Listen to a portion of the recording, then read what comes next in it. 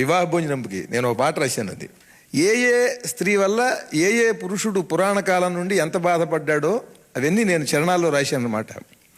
కైక మాట విని కాకరేగి పరలోకమేగే ఒకడు, అంబ దెబ్బ తిని పంబరేగి ఉదకంబు తాగెనొకడు, ఇంద్రదేవునికి ఇంతి వల్ల ఒళ్ళంత చెడినదపుడు, తార వల్ల మన పూర్ణచంద్రుడికి తాత లేచెనపుడు, చిత్రాంగి బలి పెట్టే సారంగుని అప్సరస చెరిపింది రాజర్షిని, కావ్యాలు గ్రంథాలు తిరగేసిన ఇతిహాస డ్రామాలు వడపోసిన, గయ్యాళి దయ్యాలు ఒళ్ళోని బెళ్ళాలు మగవాళ్ల ప్రాణాలు తీసేటి భూతాలు, అమ్మమ్మో ఆడోళ్ళు రాండోళ్ళు ఆనోళ్ళు కలిసిన సుఖమిక సున్న, నరకమునను పడకన్నా చిన్న కన్నా పొద్దురా, వివాహం నాటకమన్నా కాపురం బూటకమన్నా, సమస్తం నాశనమన్నా పెళ్లి రోజుతో, ఇల్లేమో ఇరకటమంట పెళ్ళామే మరకటమంట, బ్రతుకంత చింత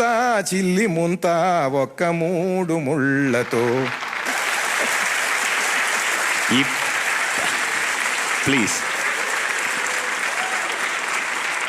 ఇంత గొప్ప సాహిత్యాన్ని ట్యూన్కు రాశాడు ఆయన.